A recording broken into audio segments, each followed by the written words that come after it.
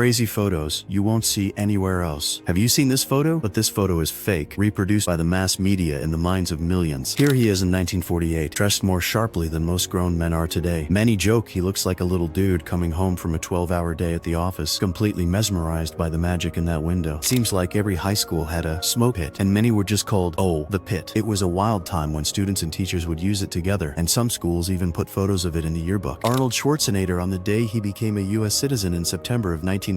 Behind the scenes of Thomas the Tank Engine. Just looked at Jimmy Carter's electoral map from 1976 and was amazed. The Dems won Texas and the GOP won California. The internet immediately said this looks like Abe from the old Oddworld video game. What's truly unsettling is the reality. Those aren't eyes, they're powerful suckers, and that's not a mouth, but a ring of hooks to latch on with. This man raised his arm as a vow for world peace and hasn't put it down in over 50 years. This lineup of 1940s talent has some incredible backstories. Mary Anderson on the far left had a role in the all-time classic Gone with the Wind, but the woman next to her, June Haver, had perhaps the most surprising story of all. She walked away from Hollywood at the height of her fame to become a nun. JFK lived with his sister Eunice for 3 years during his time as a congressman in the late 1940s. Here they are photographed together in the house itself, located on 34th Street, Northwest Washington, D.C. He would later end up moving out in 1951. Photo editing is nothing new. They had their own version of Photoshop over a century ago. Look closely at French actress Gilbert Ruby here. Her waist was slimmed down right on the original negative. Even wearing her hair down like this was a daring choice for a woman in the early 1900s. I can smell this picture. Everyone remembers Lou Ferrigno as the original Hulk, a role he landed after a legendary bodybuilding rivalry with Arnold Schwarzenegger. To this day, many argue that Lou was in better condition and should have won the Mr. Olympia title back then. What most people don't know is that before the fame, he was a sheet metal worker in Brooklyn. In a bold 1962 career move, Bette Davis placed this "Job Wanted" ad, cleverly referencing her tough reputation and famous feud with Joan Crawford by calling herself more affable than rumor would have it. The stunt paid off, leading to their classic thriller together, Whatever Happened to Baby Jane. Even future dictators apparently want to go to Disneyland. A young Kim Jong-un used this Brazilian passport under the questionable name Josef Plog to successfully visit the park in Tokyo in the 90s. His older half-brother tried a similar trip years later, got caught, and permanently fell out of his father's favor. Jaws' nerdy love interest in Moonraker. Tremendous opportunity missed, not giving her braces or some kind of metal bental apparatus. The image shows Cher, an American singer and actress, performing on stage. Ironically, this area of Phoenix was once a desert haven for people with breathing problems, but new settlers transformed it into an allergy hotspot by introducing non-native, high-pollen trees. For an entire generation, the piercing alarm of this GE clock is the sound of pure school-day dread, nicknamed the Nokia of alarm clocks. These things were famously indestructible, with many still in use today. Its design was so ubiquitous that it even became the subject of a classic Jerry Seinfeld routine about the severed alarm volume knob. This is